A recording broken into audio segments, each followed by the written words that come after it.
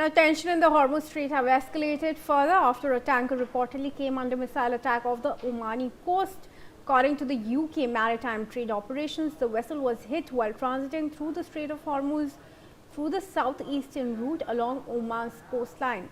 Incident is now under investigation. This follows another tanker reporting an attack a day earlier in the same region.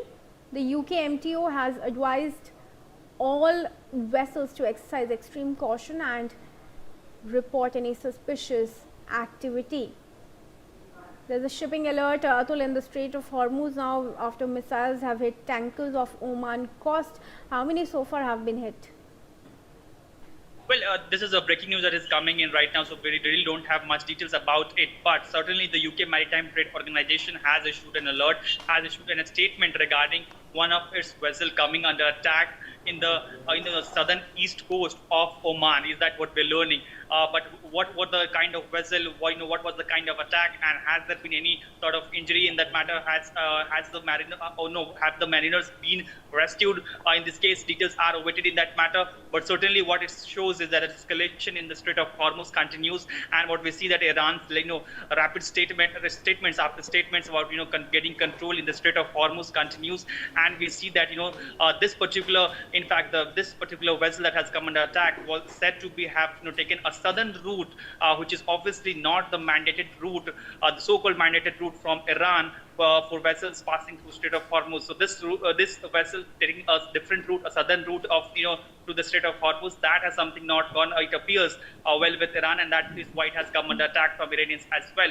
We have seen statements coming from US President Donald Trump as well regarding the absolute shutdown of Iranian ports, and then extending security control over Strait of Hormuz. But Iran has continued that Iran is the real guardian of the Strait of Hormuz, and it will ensure that all the ships that pass through Strait of Hormuz are given permission by the Iranians and pass on the terms and conditions of the Iranian authorities.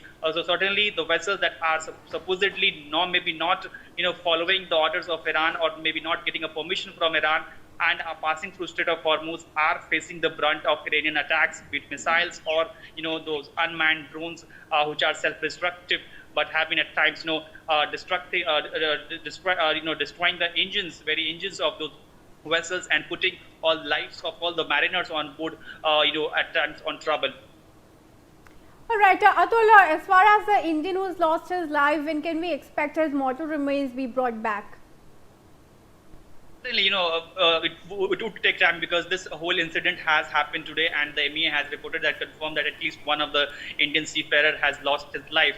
But the repatriation process of the body would certainly take time, because we saw earlier in the case of in the Vietnam, from Vietnam, when the ship that capsized, the boat that capsized, we saw it took us some time for at least about 48 hours for those bodies to be sent to India and then to their respective states. So obviously the MEA is coordinating with the local authorities in Oman, as well as in the UAE as well, and the Indian diplomatic mission is also in touch with the local authorities for further process. But certainly it will take some more time, probably maybe 24 to 48 hours as well. But maybe more details are also awaited in this matter, because some of the vessel mariners are also said to be injured as well.